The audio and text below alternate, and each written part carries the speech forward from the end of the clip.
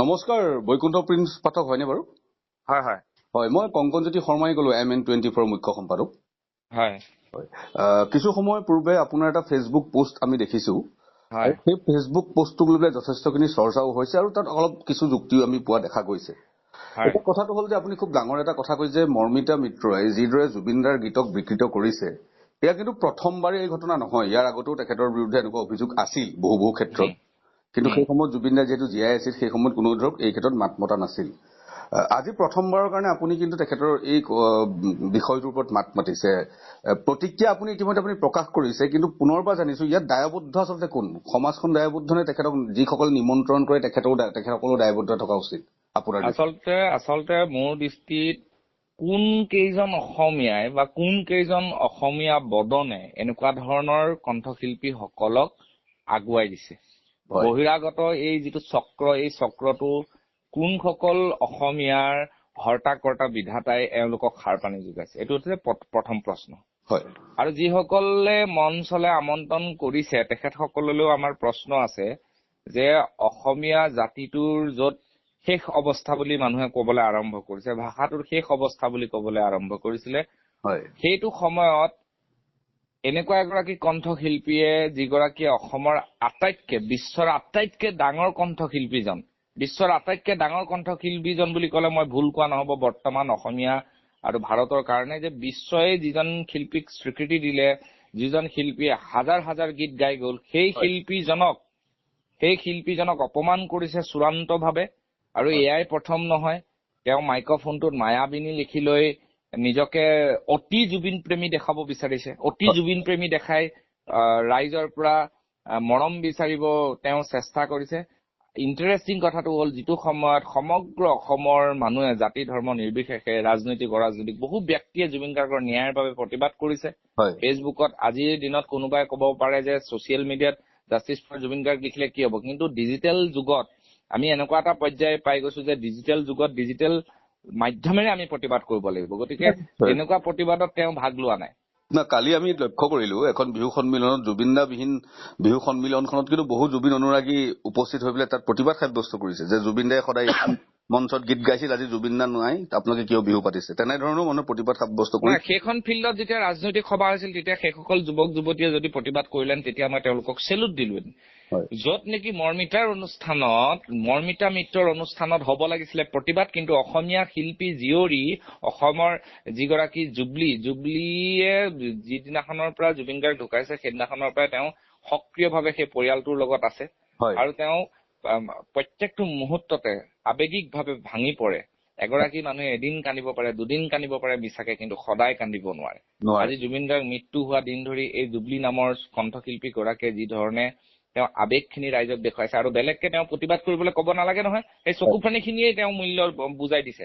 তাৰ পিছতো যে অসমৰ এই জাতি মাটিৰ স্বাৰ্থত গান গোৱা অসমৰ স্বাভিমানী কণ্ঠশিল্পীসকলৰ আগত প্ৰতিবাদ কৰাতকে মই ভাবো বংগৰ কণ্ঠশিল্পী মৰ্মিতা মিত্ৰক অসমৰ পৰা খেদাই পঠিয়াই দিব লাগিব। আৰু আমাৰ জাতীয় সংগঠন বিলাকৰ দায়বদ্ধতা আছে। মই এজন অসমীয়া হিচাপে কৈছো, মই সংগঠনক ৰিপ্ৰেজেন্ট কৰি কোৱা নাই, মই আজি এজন অসমীয়া হিচাপে কৈছো, আৰু এই অসমীয়া তত্ত্বটো আমি আগুৱাই লৈ যাব লাগিব, সি যি ক্ষেত্ৰতে নহওক। গতিকে মৰ্মিতা মিত্ৰই বাঁহী গানটো যি ধৰণে জুবিন গাৰ্গে এদিন এটা ইণ্টাৰভিউত কৈছিল যে মোৰ ঘৰত থকা কুকুৰটোৱেও সুৰ ভালকে টানে, আৰু জুবিন গাৰ্গৰ জীৱন কালত সেইটো সকলো মানুহে দেখিছিল যে জুবিন গাৰ্গে কি সুন্দৰভাৱে কি সুন্দৰ শৈলীৰে তেওঁ গীতবোৰ সুন্দৰকে সজাই থৈ গৈছে। প্ৰত্যেকটো শব্দৰ অৰ্থ আছে, আৰু তেনেস্থলত বাঁহী গানটোক আকৌ বাঁহী যি সংযোজন কৰি পেলাই তেওঁ নিজৰ ষ্টাইলেৰে গাই এটা ৰিমিক্স কৰিবলৈ গৈ অসমীয়া জাতিৰ বুকুত যিটো প্ৰচণ্ড গুৰ মাৰিছে, এই গুৰটোক কিন্তু উত্তৰ দিব লাগিব। আৰু অনাগত দিনত এই বৈকুণ্ঠ প্ৰিন্সে হুংকাৰ দিছে, প্ৰত্যেকখন বিহু মঞ্চৰ সন্মুখত কিন্তু মৰ্মিতা মিত্ৰই প্ৰতিবাদৰ সন্মুখীন হ'ব, এইটো কিন্তু স্পষ্ট। মানে অনাগত যিমানখিনি বিহু সন্মিলন হ'ব এই বছৰ,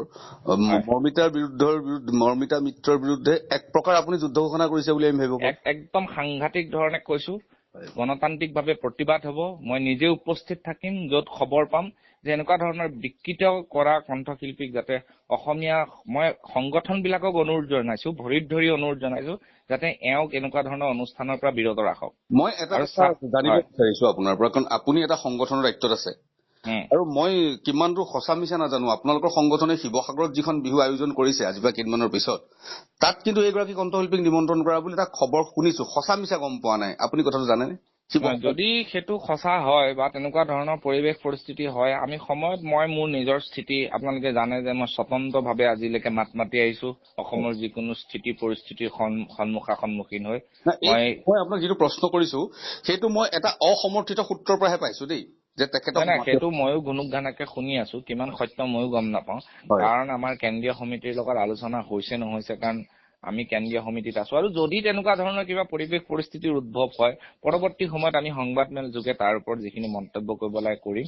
কিন্তু তাৰ আগতেই যদি প্ৰতিবন্ধকতা আমি সৃষ্টি কৰিব পাৰো, তাৰ আগতেই যদি আমি স্তব্ধ কৰিব পাৰো অসমৰ জাতিটোৰ কথা চিন্তা কৰি, আমি তেওঁক বেয়া শিল্পী বা বেয়া মানুহ বুলি কবলৈ যোৱা নাই। কিন্তু আমি কৈছো যে আমাৰ কৃষ্টি সংস্কৃতিক বেপেৰুৱা কৰি আমাৰ ইয়াত বেপাৰটো চলোৱা বন্ধ কৰিব। তেওঁ মই যিমান দূৰ গম পাওঁ তেওঁ অসমীয়া মেনেজাৰজনকো গুৰিয়াই ভুকুৱাই উলিয়াই দিছে।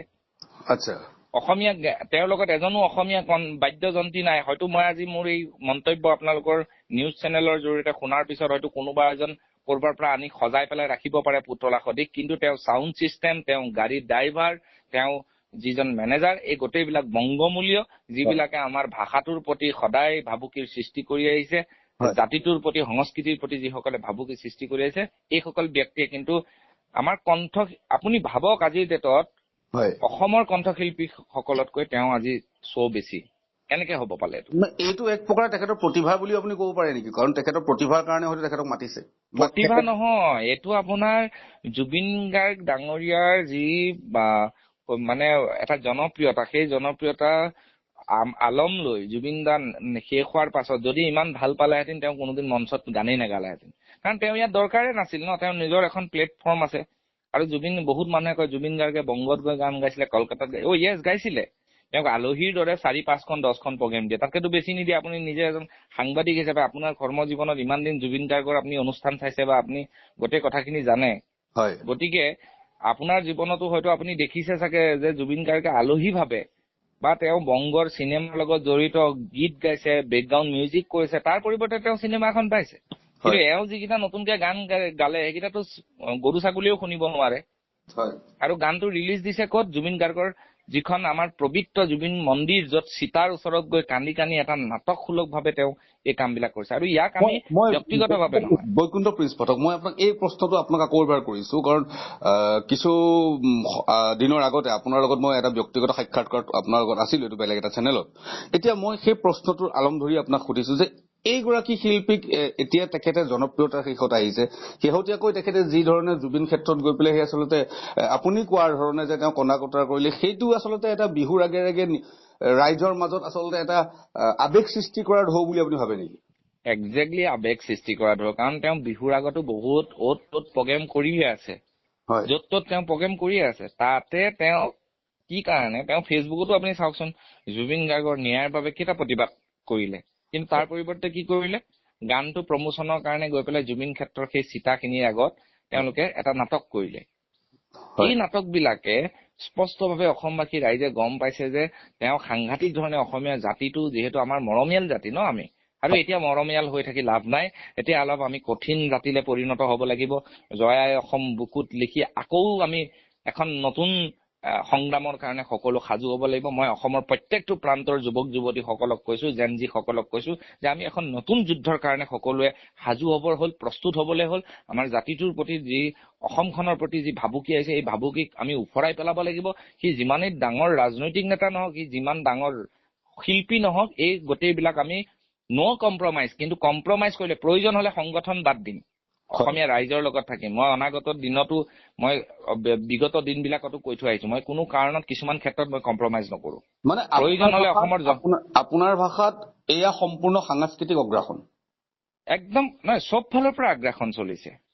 বিদেশীৰ পৰা আগ্ৰাসন চলিছে, সাংস্কৃতিক মৰ্মিতাৰ ক্ষেত্ৰত কৈছে যে এক সাংস্কৃতিক আগ্ৰাসন, পৰিকল্পিত এইটো পৰিকল্পিত। কালি হয়তো মৰ্মিতা মিত্ৰৰ কোনোবা আংগু পাংগু সাংগুৱে হয়তো এই জুবলি নামৰ ছোৱালীজনীৰ কণ্ঠশিল্পী গৰাকী, অসমীয়া জীয়ৰী গৰাকীৰ প্ৰগ্ৰেমত গৈ হুলস্থুল লগাইছে। এইটো একদম এনেকুৱা প্ৰি প্লেন যেন লাগিছে। আৰু ইয়াত অসমৰ কেইজনমান ব্যক্তিয়ে সাৰ পানী যোগাইছে, বহিৰাগত কেইজনমান ব্যক্তিয়ে সাৰ পানী যোগাইছে। কিন্তু এটা কথা জানিব, অসমৰ স্বাভিমানৰ ক্ষেত্ৰত অসমীয়া আইৰ কাৰণে আমি কাউকে ৰেহাই নিদিওঁ। সি যিমান পাৱাৰফুল মানুহ নহওক, ধন্যবাদ সি যিয়ে নহওক। ধন্যবাদ বৈকুণ্ঠ প্ৰিজ পাঠক।